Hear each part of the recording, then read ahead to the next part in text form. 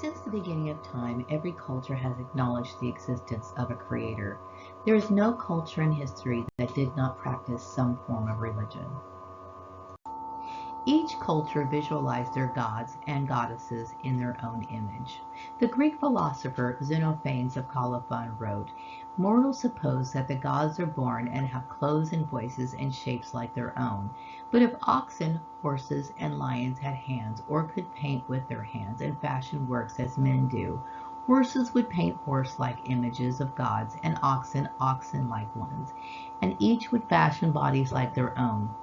The Ethiopians consider the gods flat-nosed and black, the Thracians blue-eyed and red-haired." It is estimated that there are over 4,000 religions in the world. Although these beliefs vary, they can be generally categorized as either monotheism or polytheism.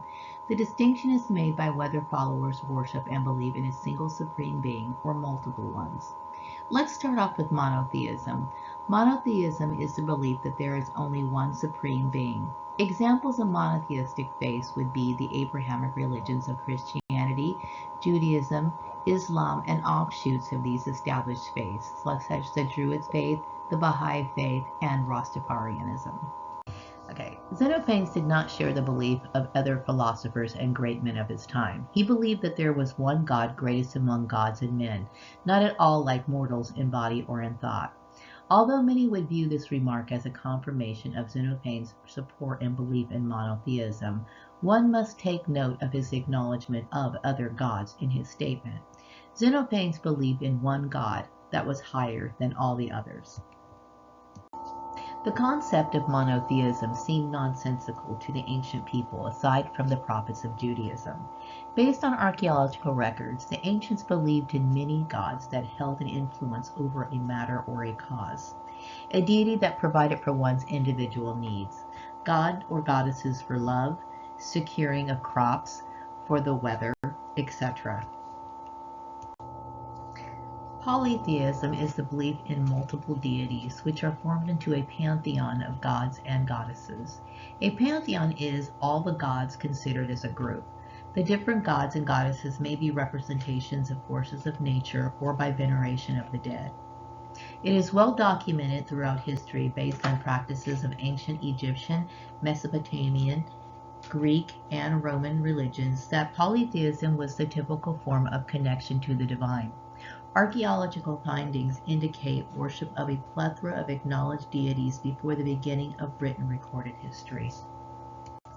Notable polytheistic religions practiced today include Shinto, beliefs and practices of the African people, Santeria, and neo-pagan faiths such as Wicca, to name just a few. While commonly believed to be polytheistic, Hinduism cannot be exclusively categorized as such, since many Hindus consider themselves to be pantheist, while others consider themselves to be monotheist. Pantheism is the philosophical religious belief that reality, the universe, and the cosmos are identical to divinity and a supreme being or entity. Holding a pantheistic or monotheistic view in the Hindu faith is not considered a contradiction, since there is no consensus of standardization. Vedanta, one of the 6 orthodox schools of the Hindu philosophy, accepts both ideas of pantheism and polytheism, believing that the universe and unity can be reached by worshiping multiple gods and goddesses. In polytheism, gods are not always worshipped equally. There are 2 lines of thought on this.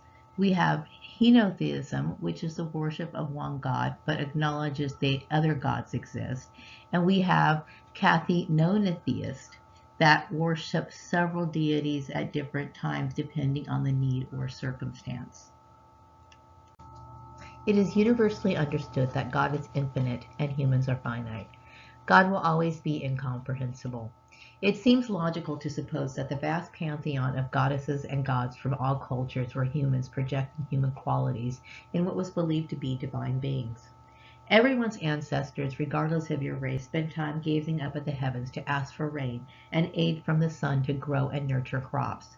It should be no surprise that the gods and goddesses were believed to reside in the sky. Paganism predates Christianity by hundreds of thousands of years. Christianity is the largest religion in the world today, boasting over 2.6 billion followers in 2023. Some would define paganism as any religion that isn't one of the three main Abrahamic religions, which would be Islam, Christianity, or Judaism, while others would say paganism is a religion that promotes polytheism and seeks to revive the old ways of our various ancestors from different backgrounds. I would say that everyone, black or white or in between, started off as pagan, since it covers a wide range of spiritual practices, including the honoring of African deities, neo-paganism, Wicca, Celtic Reconstructionism, indigenous traditions, witchcraft, and druidry. In this video, I will cover gods and goddesses from different cultures, what they symbolize, and how to honor them if you choose. Before the widespread adoption and influence of Christianity in Europe, the region was home to a variety of pagan religions and recognized specific deities. These pre-Christian religions varied across different cultures and regions. Gods of Norse, or Norse mythology, is a collection of beliefs, stories, and traditions that were passed down orally by the Norse people of Scandinavia in the form of songs and poems. Norse mythology is also referred to as Germanic paganism. The gods of Norse or Teutonic mythology were not actually considered immortal, but were humans with superpowers. There were two tribes of gods, the Asur, known as warrior gods, and the Vanir. These deities were more peaceful and benevolent. Odin, also known as Wotan, is the chief god of the Scandinavian pantheon. His name comes from the same root word as Wotan, which means to rage. He is not only the god of war and death, but also of poetry, prophecy, and victory. He is the god of thunder. Odin was the god invoked by the Saxons and the Angles when they invaded Britain in the 5th century. He is known to ride an 8-legged horse that could gallop across water and was accompanied by 2 ravens by the name of Hugin and Munin, the names meaning thought and memory. They would report back to him all the events of the lives of men. Odin rules over Valhalla, the Hall of the Slain, where dead warriors are brought by the Valkyries. Valkyries is one of a host of female figures who guides souls of the dead to the god Odin's Hall, Valhalla. Odin can be petitioned for war, poetry, to gain psychic knowledge, and for victory. Honor Odin with things that symbolize thunder, such as altar cloths with thunder on it, 2 ravens, or an image of an 8-legged horse known as a Sleipnir. The goddess Freya was so beautiful that she was the focal point of attention from other gods. Freya ruled over love, fertility, and beauty. She was also the leader of the Valkyries. The Valkyries is one of a host of female figures who guide souls of the dead to the god Odin's Hall of Valhalla. Freya was fond of lovely feminine things. She can be recognized by a small falcon which often accompanied her and a cloak of feathers that enabled her to fly. Freya can be petitioned for love and beauty. Honor her with fresh flowers, jewelry, a statue of a falcon if you can't find an image or a statue of her. In regions like Scotland, Wales, Ireland, and parts of Spain and France, the Celtic people practiced their own polytheistic religion that involved a pantheon of deities. It is estimated that there were over 400 Celtic deities. What is known of Celtic beliefs is from written accounts preserved since the Middle Ages and in some of the descriptions of the Romans who invaded the Celtic territories. According to Wikipedia, the Tatha Dé Danann, meaning the folk of the goddess Danu, also known by the earlier name Toth Dee, which is tribe of the gods, are a supernatural race in Irish mythology. Many of them are thought to represent deities of pre-Christian Gaelic Ireland. The Toth Dee are often depicted as kings, queens, druids, bards, warriors, heroes, healers, and craftsmen who have supernatural powers. They dwell in the other world but interact with humans and the human world. Here we have Dagda. He is a deity from Ireland. Dagda was the father of all the gods and was written about in the stories of the Tatha Dé Danann. Dagda carries a club so big it drags along the ground making furrows. His magic club was believed to be able to kill 9 men with only 1 blow. Dagda's other great tool was his cauldron that never emptied and represented eternal life.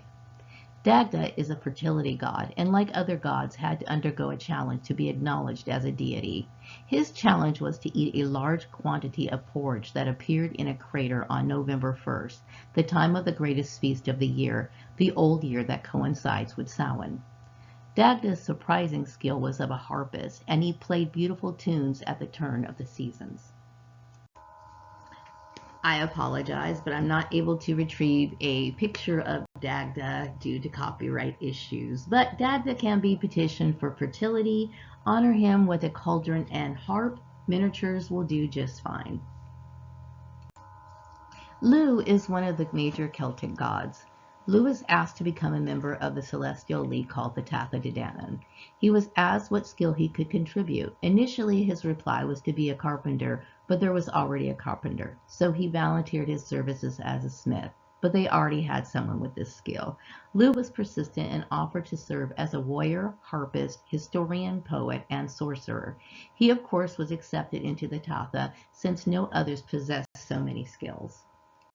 Lu is more advanced than Dagda, with more elegant tools. Lu is typically depicted with a spear and sling. Lu was a god of light, a solar deity whose immortality has been assured in place names such as Lewes on the south coast of Britain, and even in England's capital city, London. Leiden and London in France and Leiden in the Netherlands also show the importance of the god. Lu is honored with the festival of Lunasa, which is at the beginning of August, which later became absorbed into Christianity as Lamaz. Lu can be petitioned for war, music skill and poetry, historic knowledge, and psychic powers. Honor Lu with warlike items like slings and spears, harps, and objects of divination. Greco-Roman religion. In parts of southern Europe, particularly in what is now Italy and Greece, the ancient Greco-Roman religion was practiced.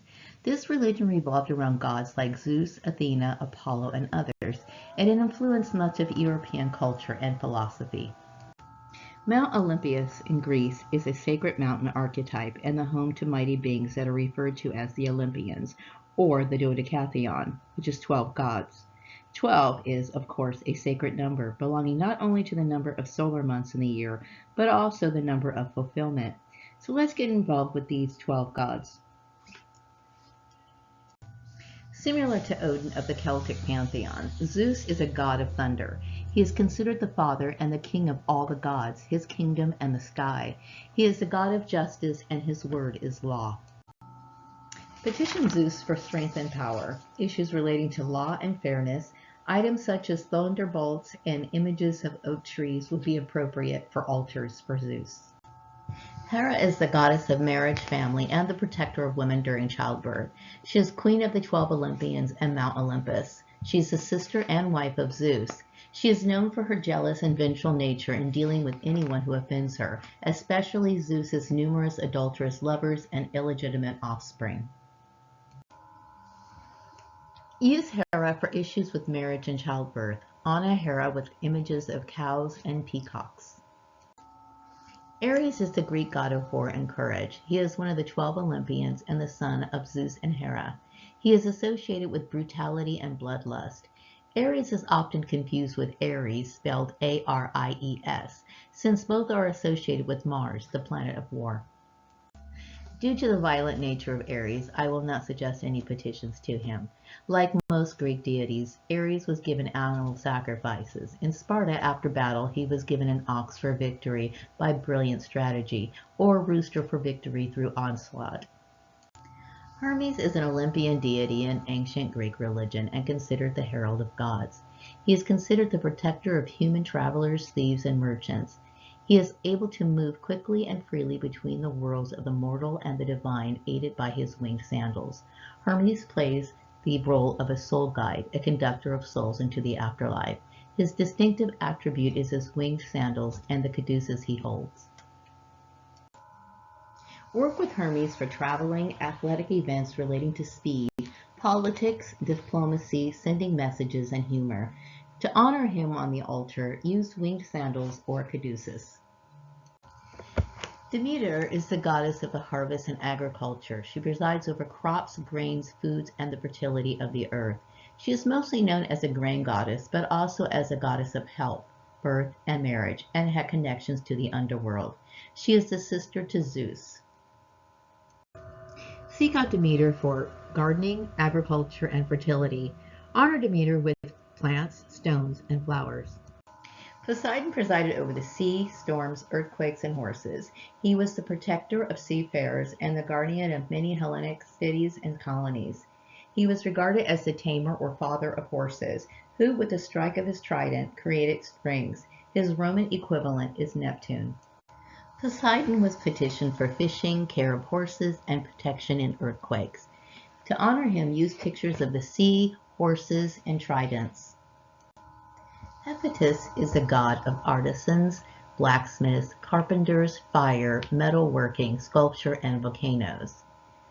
Hephaestus made all the weapons of the gods in Olympus. He served as the blacksmith of the gods and was worshipped in the manufacturing and industrial centers of Greece, particularly Athens. Hephaestus' symbols are a smith's hammer, anvil, and a pair of tongs. It was believed that he made magical empowered weapons. Use Hephaestus for metalworking, art, carpentry, and sculpting. You can ask that your tools be blessed with his power. Honor Hephaestus with fire by use of candles, images, or miniature volcanoes, hammers, anvils, or tongs. Aphrodite is an ancient Greek goddess associated with love, lust, beauty, pleasure, passion, and procreation. Aphrodite's major symbols include seashells, roses, doves, sparrows, and swans.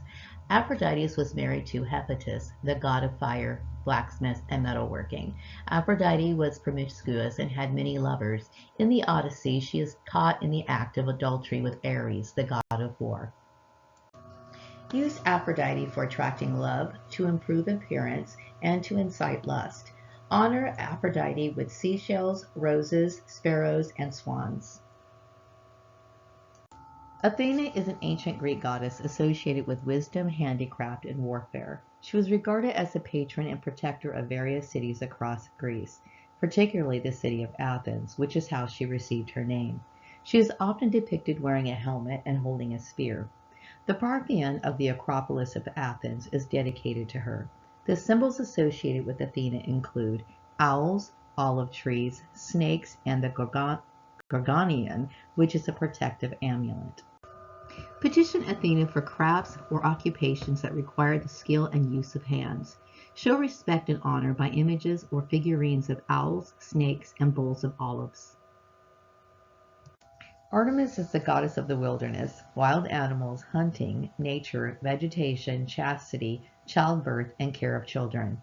She often roamed the forests of Greece with her rather large entourage of nymphs, a few mortals, and hunters. Artemis is the daughter of Zeus and Leto and has a twin brother by the name of Apollo. In most accounts, the twins are products of an extramarital affair. Artemis is the patron and protector of young children, especially young girls and women, and was believed to bring disease upon women and children and also heal them from illnesses. Artemis was worshipped as one of the primary goddesses of childbirth and midwifery. Artemis preferred to remain a maiden goddess and vowed never to marry. She was one of the three Greek virgin goddesses over whom the goddess of love and lust, Aphrodite, had no power over. Artemis has the power to help you with childbirth, protecting wildlife, success at hunting, protecting animals, and remaining chaste. Show respect by beautiful art depicting nature and animals. Apollo is a god of music, dance, prophecy, and healing, but is mainly acknowledged as a glorious sun god. He is the god of Zeus and Leto and the twin brother of Artemis, the goddess of the hunt. He is noted for his youthful beauty.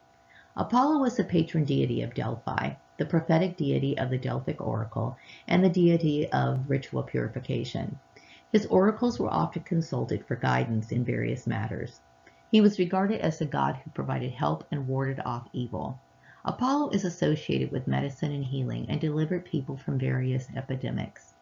On the flip side, he also served as a god who could bring ill health and deadly plagues with his arrows.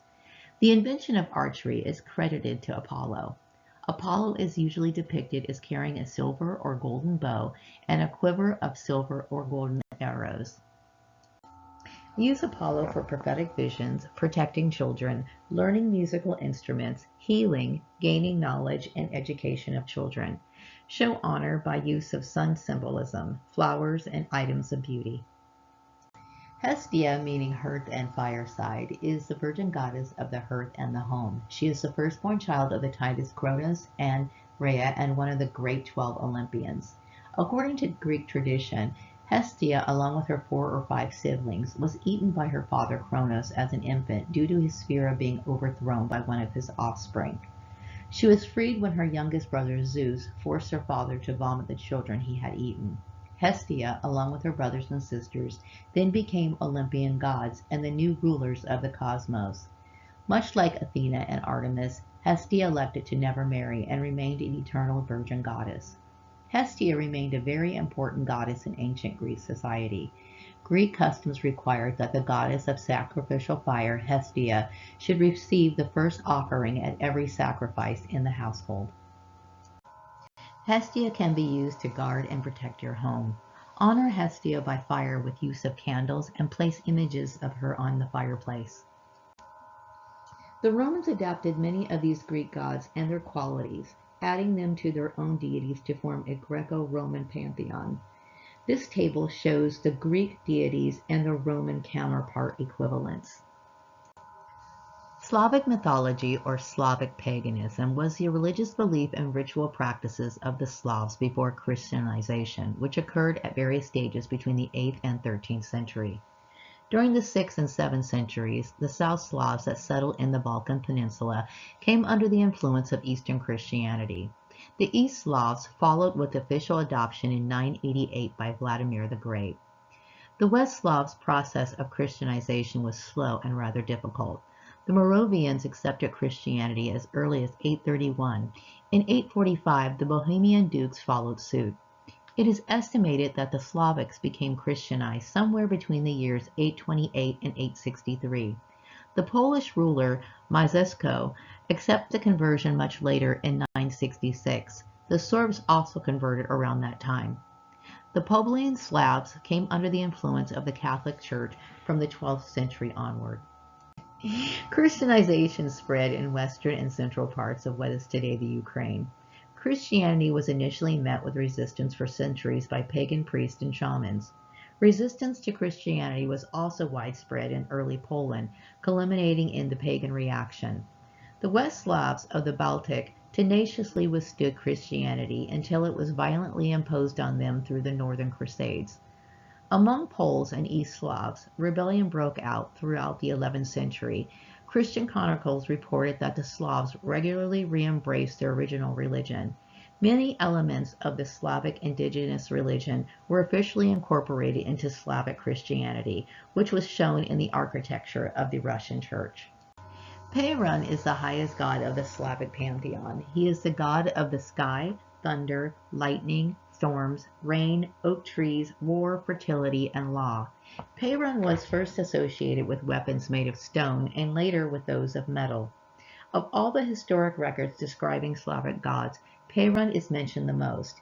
He was mentioned in the De Bello Gothico, a historical source written by the Eastern Roman historian Procopius. South Slavic tribes acknowledge Perun as the god of thunder and lightning. To this day, the word Perun in a number of Slavic languages means thunder or lightning bolt. Ask Perun for help in issues relating to fertility, disputes, and for legal matters. He can be honored with images of the sky, thunderbolts, oak branches, and rainwater. Velez, also known as Volos, is a major god of the water, earth, livestock, and the underworld in Slavic paganism. His attributes, though not identical, are similar to other deities such as the Norse god Odin and the Greek god Hermes. He is the opponent of the supreme thunder god Perun. He is imagined as a dragon that resembles a cross between a bear and a snake that devours livestock. As Perun is associated with the oak tree, Velez tree is the willow. Velez is one of the few Slavic gods for which evidence of offerings can be found in all Slavic nations. The primary chronicle, a historical record of early Cavan Rus, mentions a god named Bolos several times. Bolos is described as a god of cattle and peasants who punishes oath breakers with diseases. In the later half of the 10th century, Veles, also known as Volos, was one of 7 gods whose statues Vladimir I of Kiev had erected in his city. Veles' statue did not stand next to others on the hill where the prince's castle was, but was lower in the city marketplace. This indicates that Veles was connected with commerce, but it also shows that worship of Piran and Veles had to be kept separate.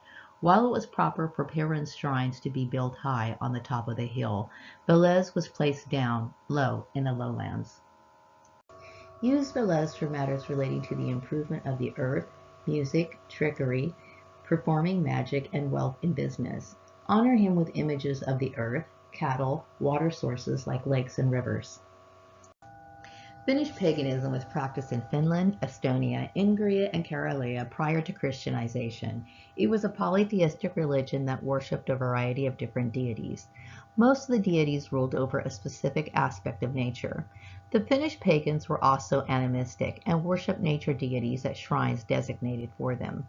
Carvings done on trees or tree stumps served as tree gods and depicted human features. One confirmed Stone Age wooden statue has been found in Paha Kuru, and folklore about worshipping tree gods has been documented. Cup stones were another kind of shrine meant for deities. They were large stones into which cup-sized recesses were drilled. Offerings of food and drink were left into these cups. Despite Christianization, offering on these cup stones continued up to the 20th century. Ukko is one of the most important deities in the Finnish folk religion. He is the god of thunder. His name is derived from Ukkonen, which means thunder and old man. Ukko is believed to control rainfall and the fertility of the land. Sacrifices were made to him at the beginning of the planting season and in times of drought. In the prayers and folk poems, he is acknowledged as the supreme god, and his domain is in the heavens. Researchers of religion view Ukko to be parallel to the Indo-European patriarchal sky deities, such as Zeus and Jupiter of the classic Greco-Roman pantheon, and Thor of Norse mythology. Petition Ukko for issues concerning the weather and improvements on the earth. Honor Ukko with images of thunderbolts and aspects of nature. In Finnish mythology, Akras was the god of fertility. He served as the god of the turnip and the protector of peas, beans, cabbage, hemp, and flax. He was referred to as Pyhä Akras in Karelia, which means holy Akras. I could not find an image for Akras, so I'm using a turnip since he was the god of turnips. Use Akras for gardening of turnips, cabbage, beans, flax, and hemp. Honor Akras with pictures of vegetables listed. Baltic mythology stems from Proto-Indo-European mythology. No native texts survive detailing the mythology of the Baltic people. The Baltic region was one of the last regions of Europe to be Christianized, a process that began in the 15th century and continued for at least a century afterwards. The gods are a part of a cosmic order and responsible for its maintenance, so humans obey them and become part of the divine rhythm of life. In this way, humans cross the boundaries that otherwise separates them from the world of the gods. Various specific historical circumstances explain why the Balts, in their language as well as their religion, have preserved many elements undoubtedly belonging to the oldest phase of the Indo-European religion. In the Baltic religion, Perkins is a sky deity, a fertility god, and the guardian of law and order. The oak, as the tree most often struck by lightning, is sacred to him. Perkins is similar and often compared to the Slavic god Piran, the Germanic deity Thor, and the Greek god Zeus. He is depicted as a bearded man holding an axe and rides across the sky striking fire with his 2-wheeled chariot and bringing rain. During spring, his lightning purifies the earth and makes plants grow. Perkins uses thunderbolts against evil spirits and the unlawful men.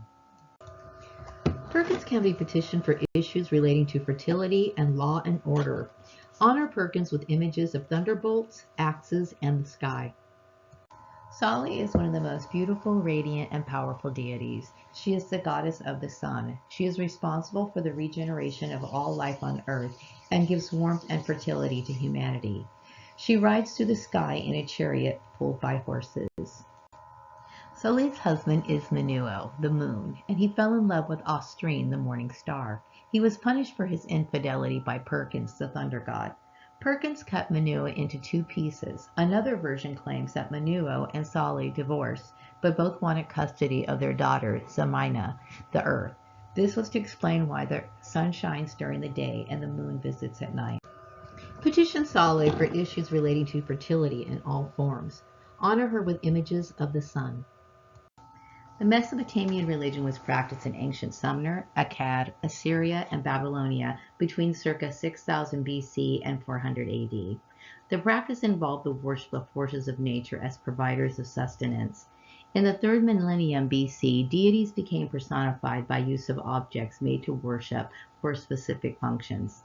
The Mesopotamian religion finally declined with the spread of Iranian religions during the First Persian Empire and with the Christianization of Mesopotamia.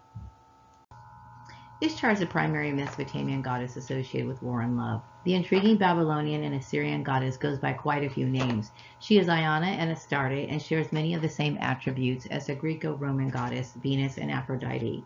Ishtar, like Venus, is also referred to as the goddess of the morning and evening because the planet appears on the horizon at both times of the day. Ishtar, of course, had many lovers, but none of them received any real love from her. She was a goddess of war and was known to be fickle and cruel. She would leave lovers quickly. Ishtar was more of a sexual love goddess than an emotional one. Petition Ishtar for sexual encounters and fertility. Honor her with 6 and 8-pointed stars. Shamash means sun, and that is the name of the Akkadian solar deity who was possibly the most important to the gods. Shamash is best known for courage, vigor, and justice. He often appears seated holding a scepter and a ring. By use of divination, he could see anything that happened in the world every day and was therefore responsible for justice and protection of travelers. Shamash is associated with the underworld. Use Shamash for matters of justice and divination. Honor him with images of the sun, a scepter, and a ring. The religion of ancient Egypt was a mixture of polytheistic beliefs and rituals that formed an integral part of the ancient Egyptian culture. The Egyptians interacted with over 1,500 deities and believed that they were fully present and had control over some part of the world. Rituals such as prayers and offerings were provided to the gods to gain their favor. Formal religious practice centered on the pharaohs, who were the rulers of Egypt. The pharaohs possessed divine powers and served as mediators between the people and the gods, and were obligated to sustain the gods through rituals and offerings so that they could maintain balance, truth, harmony, and law in the orders of the cosmos and repel chaos. Osiris in the Egyptian pantheon is the god of fertility, agriculture, the dead, the afterlife, the resurrection, life, and vegetation. Images of him depict a green-skinned deity with a pharaoh's beard, wearing a crown holding a symbolic crooked flail. He wears the mummy's wrap since he's known for his brother Set cutting him into pieces after killing him. Osiris manifested in numerous animal forms and was celebrated in his own mystery cult. Osiris is identified with other gods who die and are reborn again. The Egyptians worshipped him as the god of the dead. Osiris had a civilizing influence and taught the people the art of agriculture and dissuaded them from cannibalism. Osiris's power of influence spread far and wide and had a profound effect throughout Asia. He was widely worshipped until the decline of the ancient Egyptian religion during the rise of Christianity in the Roman Empire. Use Osiris to honor the dead, matters of all kinds of fertility such as human reproduction and growth of vegetation. Honor him with symbols of the bull, ram, goat, and the Bennu bird. Isis was a major goddess in the ancient Egyptian religion, whose worship spread throughout the Greco-Roman world. She was portrayed wearing an exotic headdress, a sun disk between the horns of a cow. She was considered the supreme mother goddess parent of all the deities. One of her greatest contributions to Egypt was to teach spinning, weaving, and grinding of corn to the women and the art of healing the sick men. Isis started out as a goddess of the hearth, but in a legend that reinforces the power of knowledge of a magical name, when she learned the secret name of the sun god Ra, she became his equal. Drops of her blood gave life to every creature in the universe. The magical symbol of rebirth, the Ankh, belongs to Isis. Isis' fame spread far and wide, and she was not restricted to Egypt. Her influence extended as far as the Rhine. She was called the Mary, the mother of the Christ, the star of the sea. Isis resurrected her slain brother and husband, the divine king Osiris, and produced and protected their heir Horus. Her maternal aid was invoked in healing spells to benefit ailing people. Originally, she played a limited role in royal rituals and temple rites, but played a prominent role in funerary practices and magical texts. She was believed to help the dead enter the afterlife. However, in the 6th century AD, her temple turned into a Christian church. Petition Isis for healing spells and issues that relate to funeral practices. Honor Isis with representations of the sun and the Ankh symbol, which looks like a cross with an oblong loop on the top. Voodoo is a religion practiced by the Aja, Iwi, and Fon peoples of Benin, Ghana, Togo, Ghana, and Nigeria. Elements of the West African religion have survived and evolved into the current forms of religion, with similar names that are found in the New World, such as voodoo practiced in Louisiana and Haiti. Voodoo centers around the voodoo spirits and other elements of divine essence that govern the earth. One of the voodoo's creation myths shares similarities with the idea of the creation of the world in Judaism and Christianity, but whereas the Abrahamic God needed 6 days to create the world, the androgynous Maweliza only needed 4. The Loa are major beings of voodoo, who serve as intermediaries between man and the supreme voodoo god. The Loa appears in different families. They are typically considered lesser divine beings, with the supreme god being Bondi, the creator. Enslaved people in Haiti and Louisiana synchronized the Loa with Catholic saints, and many of the Loa have corresponding figures in Catholicism. They are called upon in ritual by voodoo priests or priestesses and are presented with offerings of food and drink before they are petitioned for assistance. In some African tradition religions, the Orishas are utilized in addition to or instead of the Loa. The Orishas are the human form of spirits found in the Yoruba belief system. Bondi is the supreme creator god in Haitian voodoo. He is responsible for creating the universe and everything in it, and maintains universal order. Bondi is believed to be inaccessible to humans, therefore those who wish to interact with him must instead interact with spirits called Loas. Teaching the existence of a single supreme god, voodoo can be described as monotheistic. The word Bondi is derived from the French word bon Dieu, meaning good God. For practitioners of voodoo, Bondi has been seen as the ultimate source of power, but does not involve himself with human affairs. There is little point in approaching him directly. Haitians will frequently use the phrase, if Bondi is willing, suggesting a belief that all things occur in accordance with this divinity's will. While those who practice voodoo often equate Bondi with the Christian God, voodoo does not incorporate belief in a powerful antagonist that opposes the supreme being, akin to the Christian notion of Satan. Bondi occupies the role played by the Christian God in Christianity by the supreme deity in various African traditional religions. Urzili Frida Dahomey is a Haitian African spirit of love, beauty, luxury, dancing, and flowers. She wears 3 wedding rings, 1 for each husband. Her symbol is the heart. Her colors are pink and gold, and her favorite sacrifices include jewelry, perfume, sweet cakes, and liquors. Urzili Frida is femininity and compassion, yet she also has a darker side. Balanced against her coquettish playfulness is an aspect of laziness and jealousy. She is often depicted with a child in one arm and holding a knife. During ritual possession, she may enter the body of either a man or a woman. She enjoys the game of flirtation and seduces males and females. The Urzili is a family of Loa that are associated with water and femininity. They are one of the only group of spirits directly tied to these characteristics, and those who become possessed through spirit possession are often women or effeminate or homosexual men. The Loa spirits can be petitioned with care for love, prosperity, health, and passion. Show honor by use of 3 rings, the colors of pink and gold, jewelry, liquor, perfume, and sweet cakes. The system of Hindu deities is a multi-layered society of god and goddesses that encompasses a colorful spectrum of personalities. The concept of karma, the rule of cause and effect based on cosmic harmony and balance, is fundamental to the Hindu faith. The deities are either aspects of the Supreme Being, which is Brahman, or human representations, which is Bhagavan.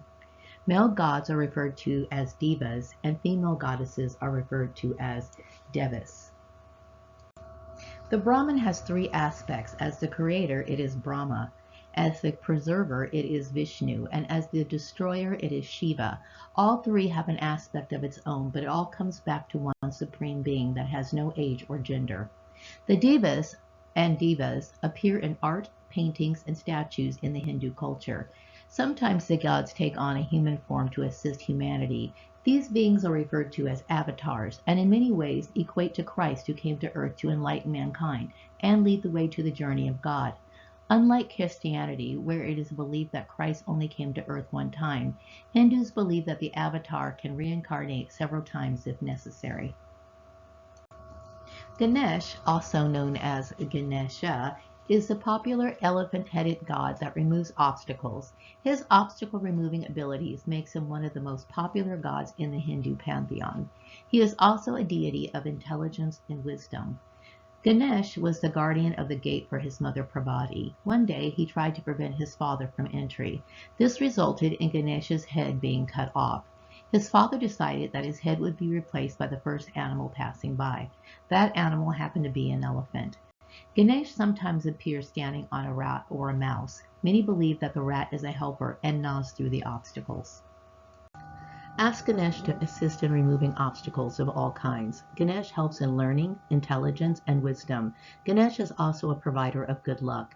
Start the prayer with Om Shri Ganesha Namaha. Repeat this 3 times. This means, Ganesha, I pray to you. Honor Ganesh with sweets such as madaka and lattice, which are sweet balls. The color red is often used to honor and show respect. Kali, also known as Kalika, is a major Hindu goddess associated with time, change, creation, power, destruction, and death in the Hindu tantric tradition. Kali is a protector and a loving mother, but also has a vengeful side. She has parallels with Hecate from the Greek pantheon. Like Hecate, Kali frequents places of the dead. She destroys evil in order to defend the innocent. Kali's name means dark, and her appearance is most fearsome. She appears with dark blue or black skin, with long disheveled hair, furious red eyes, sharp teeth, and a protruding tongue. Kali wears a necklace of human skulls. There are some depictions of her wearing a skirt made of human arms. Sometimes she is shown with 4 or 10 arms, which is common with other divinities that have superhuman powers in the Hindu pantheon. Petition Kali by stating Om Kring Kalikaye Namaha 3 times. This means, hail to the goddess Kali. Bless us who has conscious and insightful mind. Make us intelligent and wise. She can assist in facing fears, getting in touch with the feminine wild side, and for self-empowerment. Honor Kali with red flowers and crystal skulls. Shinto is a religion that originated in Japan. It is regarded as Japan's indigenous religion and a nature religion. Shinto holds a diversity of beliefs and practices. There is no central authority and control of Shinto. It is a polytheistic and animistic religion. Shinto revolves around supernatural entities called the kami. The kami are believed to inhabit all things, such as forces of nature. The kami are worshipped at family and gender public shrines. The public shrines are staffed with priests known as kanushi. The priests oversee offerings of food and drink to kami enshrined at the location. This cultivates harmony between humans and the kami to solicit blessings. The public shrines practice forms of divination and supply religious objects such as amulets to the religion's adherents. Shinto places a major focus on ensuring purity. This is done by cleaning practices such as ritual washing and bathing, especially before worship. There is not much emphasis placed on specific morals or a specific destination in the afterlife. However, the dead are deemed capable of becoming kami. Shinto has no single creator or specific doctrine. Amaterasu is the goddess of the sun in Japanese mythology. She is one of the major kami deities of Shinto. Amaterasu is portrayed as the ruler of the heavenly realm and the mythological ancestress of the imperial house of Japan. She is believed to be the ancestor of the imperial family and reflects the glory of the sun. Her main shrine is at a place called the Ize, although for many years her residence was in the place of the emperor. The shrine at the Ize has been rebuilt several times, but is always an exact replica of the one before. The shrine is a home to flocks of roosters because they are the first birds to greet the sun every morning at dawn, and because of the rainbow-colored coxcomb. The temple also contains a sacred mirror that belonged to her. It's believed that the spirit of her enters the octagon-shaped mirror in order to communicate with mankind. The worship of Amaterasu seems very specific to shrine worship, so I don't suggest petitioning her on your own. Amaterasu is associated with, of course, the sun, roosters, jewelry, and a sword. Inari Okami is one of the principal kamis of Shinto. Today, Inari is worshipped as the deity of successful business and is one of the most popular kamis in Japan. The Kensu fox is a sacred animal messenger of Inari. The fox is often depicted holding a key in its mouth that is said to open the doors of a giant cereal granary that stores all the harvest of the universe. To some, Inari is a goddess that was said to have come to Japan at a time of its creation amidst a harvest famine that struck the land. Inari is represented as male or female and sometimes seen as a collective of 3 or more individual kami. He or she represents fertility, rice, tea, sake, agriculture, and industry. Inari appears to have been worshipped since the founding of its shrine at Inari Mountain in 711 AD, although some scholars believe that the worship started in the late 5th century. Inari Okami can be petitioned for success in business and fertility of all kinds. Honor Inari with offerings of tea, sake, rice, and images of white foxes. Many modern-day pagans in the United States include aspects of Native American spirituality in their practices and beliefs.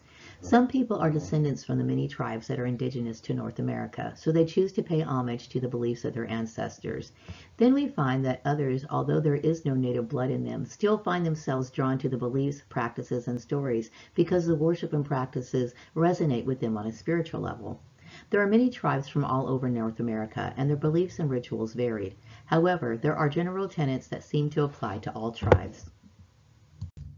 One of these notions is that of a universal presence, which seems to be a sexless, all-pervasiveness that is similar to the one God or Brahman in the Hindu belief system. This would be referred to as the Great Spirit. The Great Spirit is a benevolent, supreme being that governs the happy hunting ground, similar to the Christian concept of heaven. There seems to be a legend of the Great Spirit's gift as a set of inscribed stone tablets similar to those given to Moses by God. The Native American beliefs are essentially animistic, meaning they believe that every aspect in the natural world has its own spirit. This is sometimes referred to as Menitau. The totem poles are a personification of this idea. Iyatiku is a corn goddess of the Pueblos. Much like Demeter from the Greek pantheon, Iyatiku emerges from the underworld. It is believed that from Ship Ap, her underground realm, humanity first emerged. This created the cycle of infants being born and going through the cycle of life to death. She provided food by planting bits of her heart in fields to the north, west, south, and east. These heart pieces grew into corn. She is associated with agriculture, compassion, and children. Her symbols are corn, beans, seeds, and soil. Petition Iyatiku for securing crops and protecting children. Honor her with corn, beans, seeds, and soil. Kokopelli is a fertility deity of the Hopi Indians. He's portrayed as a dancing, hunchback flute player who sometimes appears with feathers. He is known to be a trickster god and represents the spirit of music. Earlier versions of Kokopelli portray him with a prominent phallus, emphasizing the symbol of the male creative force. Kokopelli presides over agriculture and childbirth. He also organizes the reproduction of animals that are hunted. He is often depicted with animal companions such as rams and deer. Other creatures associated with him are snakes, insects, and lizards. He is sometimes feared by young women since he's known to carry unborn children on his back and distribute them to women. It is said that Kokopelli can be seen on the full and waning moon. With his magical flute, he can chase away winter and bring in the new feeling of spring. Kokopelli has enjoyed a resurgence in popularity, appearing on t-shirts, baseball caps, and other souvenirs of Native Americana. Kokopelli can assist in creativity in music, childbirth, protection of animals, and fertility. Honor Kokopelli with flutes, images of deer, rams, insects, lizards, and snakes. Aztec mythology is a collection of stories of the Aztec civilization of central Mexico. The Aztecs were no-At-speaking groups that lived in central Mexico and ruled a sizable empire in central and southern Mexico in the 15th and early 16th centuries. The Aztecs shared many of the universe formation beliefs of the Maya, in that the Earth was the last in a series of creations and that it occupied a position between systems of 13 heavens and 9 underworlds. Human sacrifice was often practiced by offering a victim's heart to the sun god. Bloodletting was also a common occurrence. Elaborate rituals performed by priests were based on the calendar. The Aztec calendar was comprised of a solar year of 365 days and a sacred year of 260 days. The two yearly cycles running in parallel produced a larger cycle of 52 years. One of the most important gods to the Aztecs was Huitzilopochtli, the great warrior god whose name meant the hummingbird that comes from the south or from the left.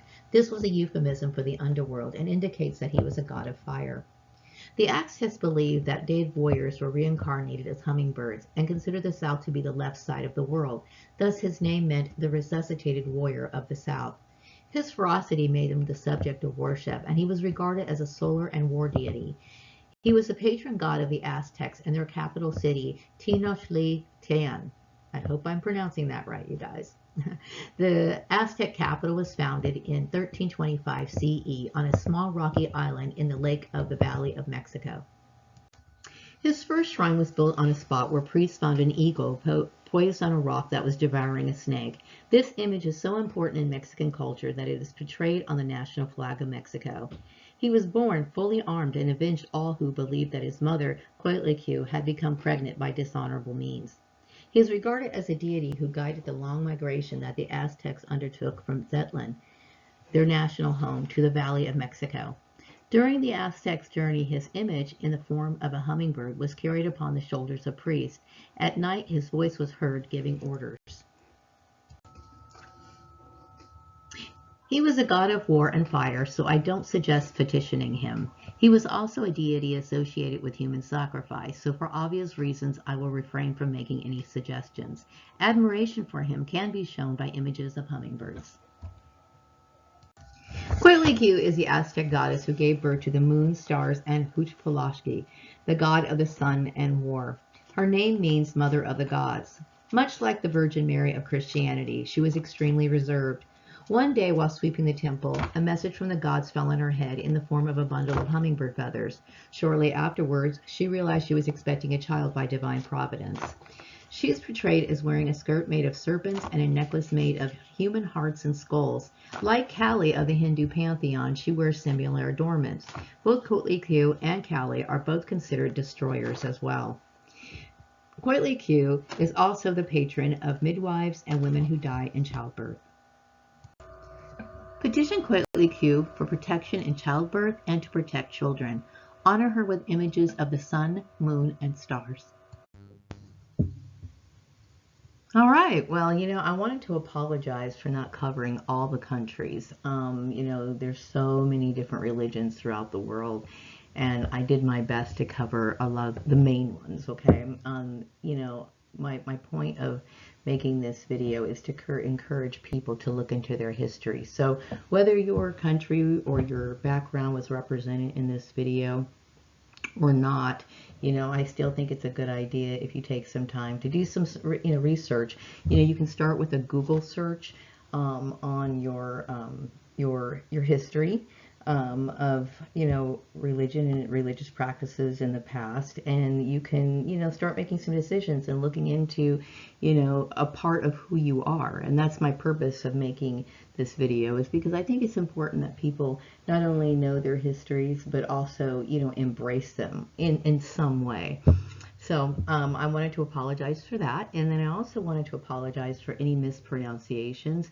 I know there was a couple of deities that I covered for the Shinto path, and then also the Aztecs, and some of those names were pretty hard to pronounce. I did discover that there is a not so much like a tutorial, but like there's videos that you could actually look on YouTube to get the pronunciation. So I'm going to get better in the future. Those were kind of tricky, and I do apologize, but I did my best. Also, I do want to say that, you know, because I'm trying to encourage people to look into their backgrounds and, you know, embrace parts of themselves, because you know this world is so huge and we have so many different people, and there's so many people who are completely unaware of who they are, you know. I do want to let people know that it's completely fine if you choose to work with these deities in the future, because I am going to be doing videos on spell work, working with candles, working with herbs, working with food, working with so many different items that we find. Even working with wands, you know, finding trees to make wands if you choose to make them. And sometimes, you know, it's good to work with a deity. And so maybe you might want to experiment with these deities. You know, you could choose one. Now, obviously, we're talking about issues relating to polytheism and monotheism, because a lot of the backgrounds cover deities, because a lot of deities, because they were, you know, practicing polytheism. So if you feel like perhaps maybe you're looking for a new job, you might want to work with a deity that represents prosperity. If you're looking for, like, maybe you're interested in dating, you may want to go ahead and work with another deity. There's deities to work with, you know, for just about everything. So, you know, be open-minded. It's completely fine if you are somebody who has, you know, maybe you're coming from a Christian background and you are used to focusing your prayers on Jesus. I will let you know that is completely fine to do. There are plenty of Christian mystics, believe it or not, and I think that's something that a lot of people are unaware of, but they do exist. So feel free to use Jesus if that's what you're comfortable with. Also, we are using the creations of the Creator. We're going to be using plants, herbs, vegetables, fruit, branches off of trees, everything that you can use, everything that you see every day that you never really thought had any sort of significance, but you know, of course, that they do, and this is what I'm showing you in these videos. I know that there's a lot of arguments relating to religion. You know, this is one of the reasons that kind of prompted me to make this video. People have been arguing over religion for a very long time. Like I was talking about in the beginning of the video, I mentioned Xenophage. I hope I pronounced his name correctly, but that was a long time ago. And you look into the recorded history, and arguments have been going on. The recorded history of arguments goes back to Greece in the 5th century BCE. So how long have we been arguing whether God is monotheistic? Is he polytheistic? Is it a he? Is it a she? Is it both? You know, there's so many arguments that have been going on about God, whether God even exists or not, you know. And it's been going on for such a long time that I feel as though, why can't we just admit that no one's ever actually seen this being, okay? But I do think it's important that we respect this being, this force, okay? However you see it, and I don't believe that there is a right or a wrong, okay? Like I mentioned in the video of God being infinite, where we are finite. Like we have such limited abilities, where we're talking about God or the creator. I refer to God as the universal force, okay? Meaning that I believe that this universal force is vast and spreads himself out throughout the world, basically, and maybe represents or shows himself, I don't even like to say the word him, but represents or shows or displays the force through what other people see or perceive as a deity or whatever. It's bigger than what most people can comprehend, okay? And I just leave it at that. I'm comfortable with that.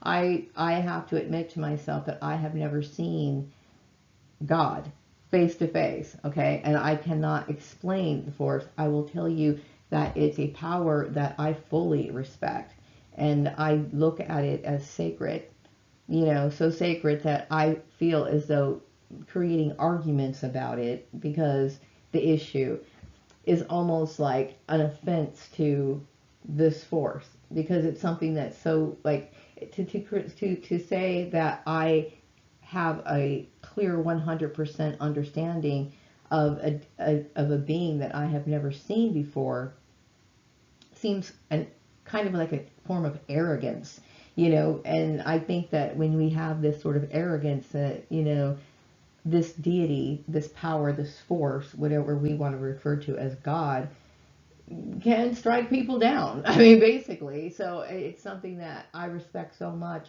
that, I fear, I fear that force in a positive way because I take it that seriously. Okay, so also, sometimes we do encounter people who do cause problems and they want to control the way that we see God. And I understand some people are well meaning when they're doing this because they're very limited in their background and they have been, they have been exposed to maybe the idea that anything other than what they believe is wrong. Okay, and they were only following instructions to kind of, you know, not, oh, I guess sometimes they do ostracize people who don't have the same feeling or the same belief, okay?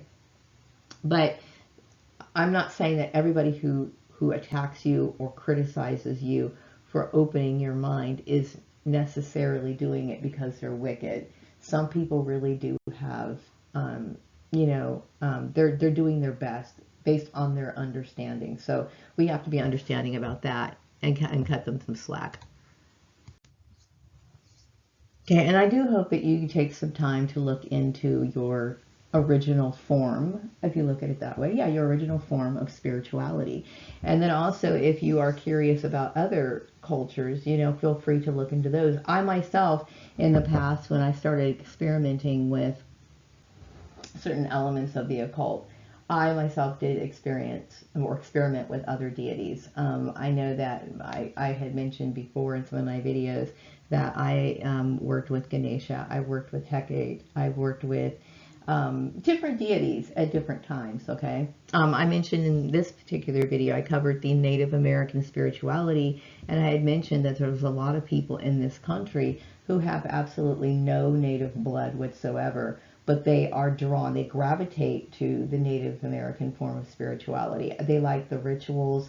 They like it. They feel like it's exotic for some reason. It connects to them, and I don't expect people to ever justify why it does. It just does. It's something. Sometimes people want to question why we are attracted to certain things. Why do you like the color red? You just do. It's just something that you are connected to. So that's fine too. Go ahead and take a look at those and experiment. I think I've always been interested, like for example, in certain elements of the Hindu culture. I've always felt that that was really appealing to me. Why? I am not of that background at all, but there's something about it that I've always been drawn to. Whoever you do petition, whatever deity that you do petition, do so with consideration. Deities are supposed to be invited into your workspace. Like, in future videos, I'm going to be covering, not too shortly. I mean, I'm going to be bringing it up very soon because I'm introducing you to different deities, and then we will be working with altars that can be created in the home. There's different kinds of altars. There's altars to honor your ancestors. There's altars to perhaps set up to honor your family home, the current home that the current family that you have, meaning your children, your spouse, whatever. You want to make sure that that altar is created and it's separate from an ancestral altar. We will cover those in the future. Also, how to make the most important one is the working altar, which is where you'll be working with your deity of choice. Let's see here. Sometimes, in working with certain deities do require, maybe some sort of offering. Like I had mentioned in the video about how to honor certain deities. Each deity that I was showing, I said, what you can petition them for, and then also how to honor them. Some of them, a bowl of fruit is appropriate. Some of it might be something, that you're using to represent. Now, mind you, the deities don't really have any use for your flowers, but what it is, it's more of a mental thing. It's you connecting and being able to perceive something that you ordinarily could not perceive. Like, I have no idea what God looks like, okay? But because we're so limited in our understanding, people use forms of symbolism to feel more connected, okay? It's something that you're using as like a meditational focal point. Look at it that way. And then also you are adding energy into your spell, or I call it working. You know, you can call it a spell, you can call it a working, or your manifestation process, okay? Because what you're doing when you're creating a ritual or a spell, okay, is you're putting in things that represent the items or the things that you want, okay? And the deity that is assisting you is being represented by like flowers or little miniature dolls or whatever. But what you're pretending is that you are creating what you want, and you're also pretending in your mind that this deity is in the presence, your presence, working on what you are requesting.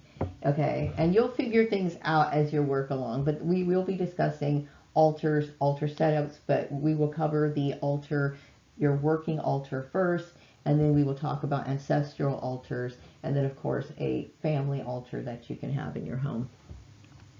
The next video is going to be covering energy. I'm going to be talking about the divine timetables, the timing of energy. Yes, we do have certain times that are best to harness that magical energy, and I will be discussing that in the next video, which will be covering the moon phases. It's going to be covering how the moon travels through the different planetary cosmos, I guess I'm going to call it. Also, I will be covering the days of the week. Each day of the week has a certain energy. I will be also be covering planetary hours. I think planetary hours can get very tricky, mainly because, it's very precise, as it starts basically when the sun rises.